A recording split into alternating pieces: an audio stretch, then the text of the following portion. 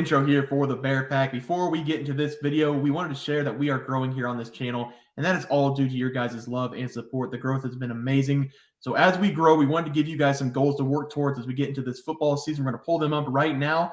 Here are our goals. We're currently sitting at about 6,700 subs on this channel. So at 7K subs, we're going to have a Bobby Witt Jr. bobblehead giveaway. I got that at the first game of the Kansas City Royals opening day. It is still in the box. Haven't taken it out. It's in great condition. So that's going to be a good prize. And by the way, Bobby Witt Jr., 20 home runs now in the season. He's having a great second half of the year. 8K subs. We're going to have a jersey giveaway. We've done a lot of jersey giveaways. We'll probably do 2 jersey giveaways at 8K.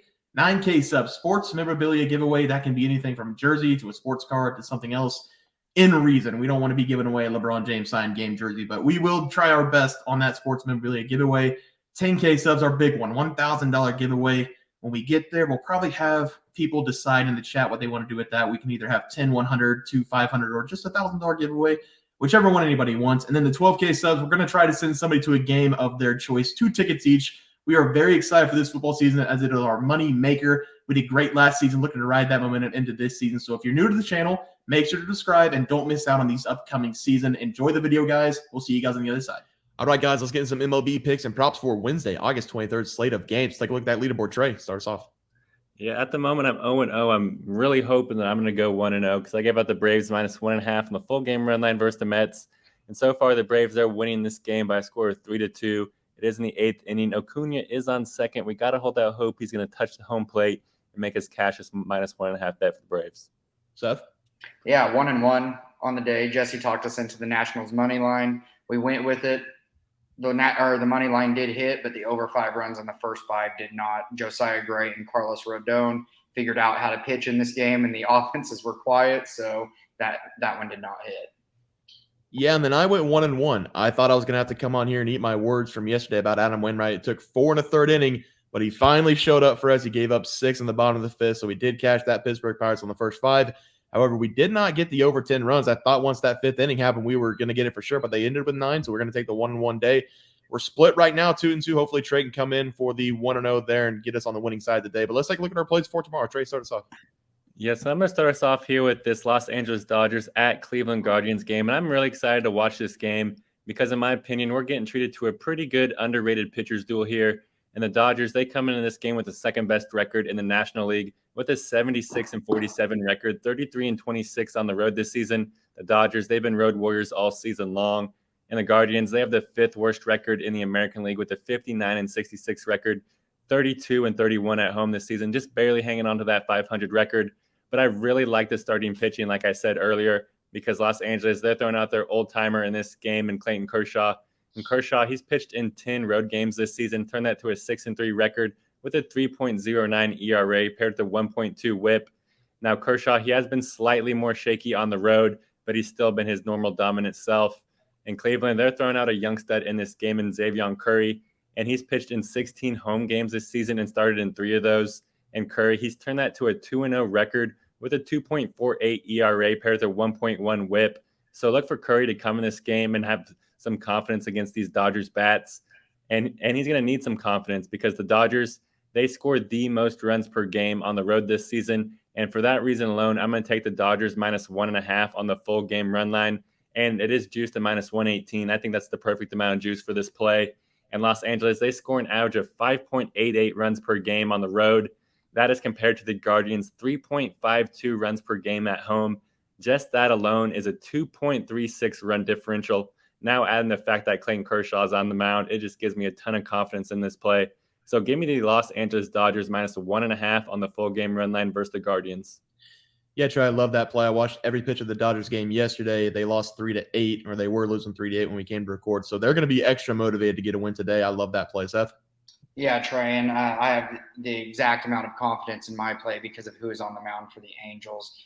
So I'm going to be taking the Angels -1.5 on the run line against the Reds, and that's currently sitting at +124. And I wouldn't even mind adding that together with the run line in the first 5, which with the Angels, which is also sitting at a pretty good -121.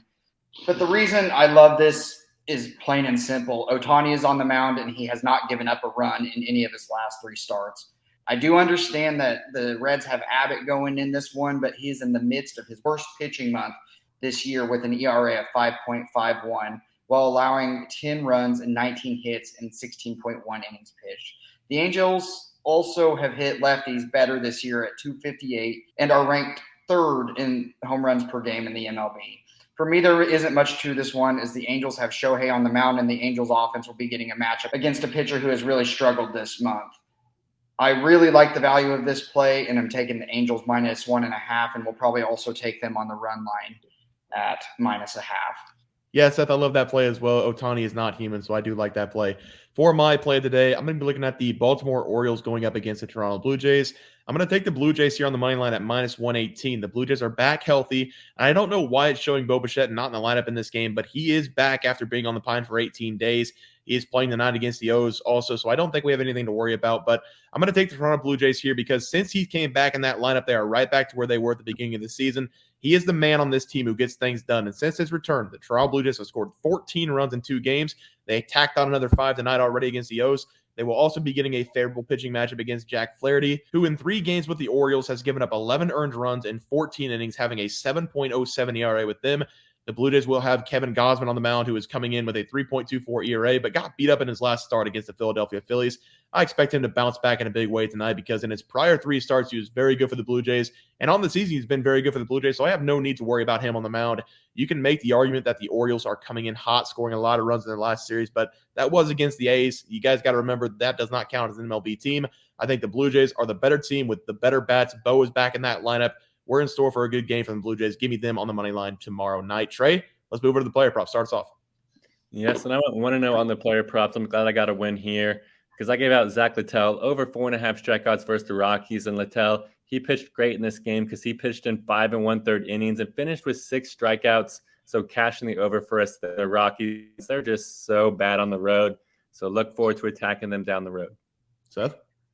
Yeah, I don't know what to tell everybody on this. I'm embarrassed by this one. Josiah Gray has been absolutely pitiful in the month of August. Like I said, he had given up 14 earned runs just this month. So I don't know how he stayed under 2.5 runs total, but he did it against a very bad Yankees offense. So we are 0-1. Yeah, the trends were there. It just doesn't work out sometimes. I'm 0-0 currently. I do want to shout out some people in the comments, though. Seaver Warner, 5980. Lane Thomas, +2 bases. You know I wrote that. Double in the first inning. We had another one, Wade Miley, 4+ strikeouts. Jay Bird, we know him from the NBA videos. That did catch as well. So, guys, give us your favorite player props. We're definitely going to start writing you guys. You guys know what you're talking about in the chat. But I have Blake Snell under 2.5 earned runs tonight going up against the Marlins. It did come out at under 1.5. Like I said yesterday, didn't matter. I'm still going to take it. So far, so good. 2 innings, pitch counts high, 1 walk, 4 strikeouts, sitting at 36 pitches right now. Looking like he's going to go 5 1/3, give up a run. We're going to be 1-0 on the night. So looking good there. Let's move on to our plays for today. Trey, starts off. Yeah, and I'm going to start us off here with Michael Lorenzen, over 4.5 strikeouts versus the Giants. I am taking some risk with this bet, but I love betting on Lorenzen, and it is risky because Michael Lorenzen only averages 4.47 strikeouts per game, which is right at this number. But we have seen him hit this number in his first 2 starts with the Phillies, and I think that he can get this 5 strikeout number in this game again versus the Giants. That's because the Giants, they play right into this strikeout prop because San Francisco, they strike out an average of 10.52 times per game on the road this season, which is the highest in the entire MLB. That's an average of 1.17 strikeouts per inning. And with that trend alone, we just need Lorenzen to pitch in 4 2/3 innings in this game, which is easily doable. And even though Lorenzen averages right at this number, I believe that the Giants can push him to the 5 strikeout number in this game. So give me Michael Lorenzen to go over 4.5 strikeouts versus the Giants. I love it, Trey. Seth? Yeah, guys, I will be taking Clayton Kershaw under 2.5 runs allowed against the Cleveland Guardians in his game. The Guardians used up all their runs last night as they scored 4 off Bobby Miller and 4 off the Dodgers bullpen. We know this is a team that doesn't score very well, so scoring 8 in a game against the Dodgers is means they're not going to have any runs the next day. So in Kershaw's 2 starts since coming off the IL, he has been great. He hasn't allowed more than 1 earned run in either of those games. Like I said, Kershaw will be getting an offense in this one that ranks number 28 in runs per game. This is only better than 2 teams in the MLB. And one of those is the Oakland Athletics, and I'm pretty sure the other one's the Detroit Tigers. So that is not teams that you want to be in the bottom portion of the MLB with. They have a big issue in the run department. They have only scored over 2 runs in 3 of their last 6 games.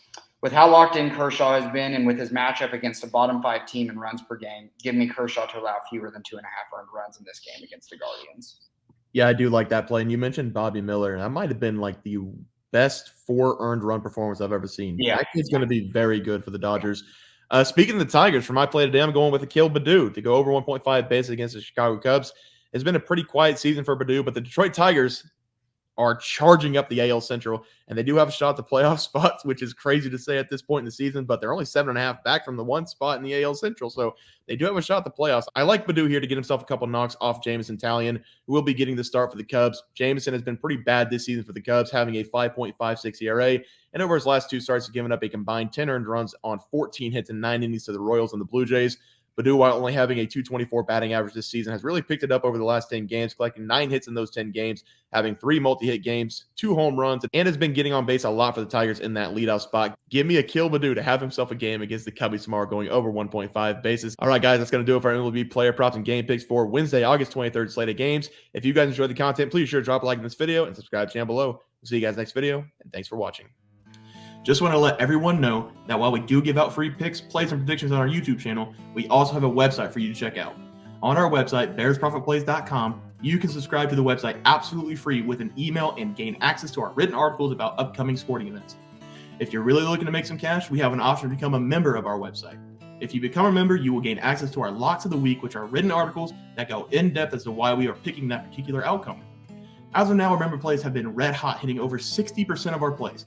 If you don't want to become a member, it's no sweat. We are here to try and make you guys some money. That's our main goal.